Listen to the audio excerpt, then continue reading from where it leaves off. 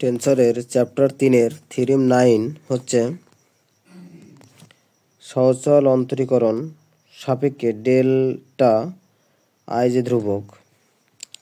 তো delta I যে ধ্রুবক এটা আমাদের দেখাতে হবে। তো ডেল্টা আই জে কে আমরা কের সাপেক্ষে অন্তরীকরণ করব।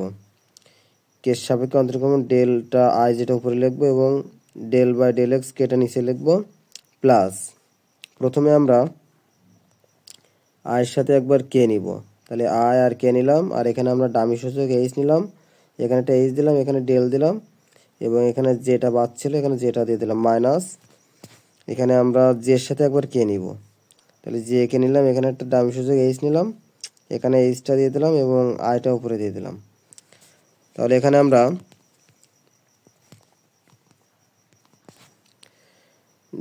Delta I J by del X কেটা লিখে দিলাম।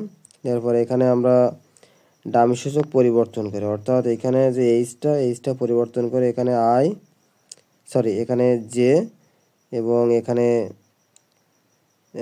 জে এবং এখানে জি দিয়ে দিলাম এবং এখানে আমরা ডামি সূচক এইচ পরিবর্তন করে এখানে আই এবং এখানে আই দিলাম। তাহলে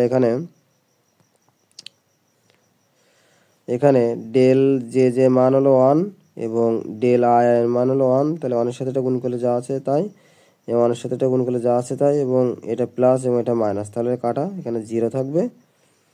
তাহলে এখানে হলো ডেল আই জে কে সাপেক্ষে ডেল্টা আই জে বা ডেল এক্স কে।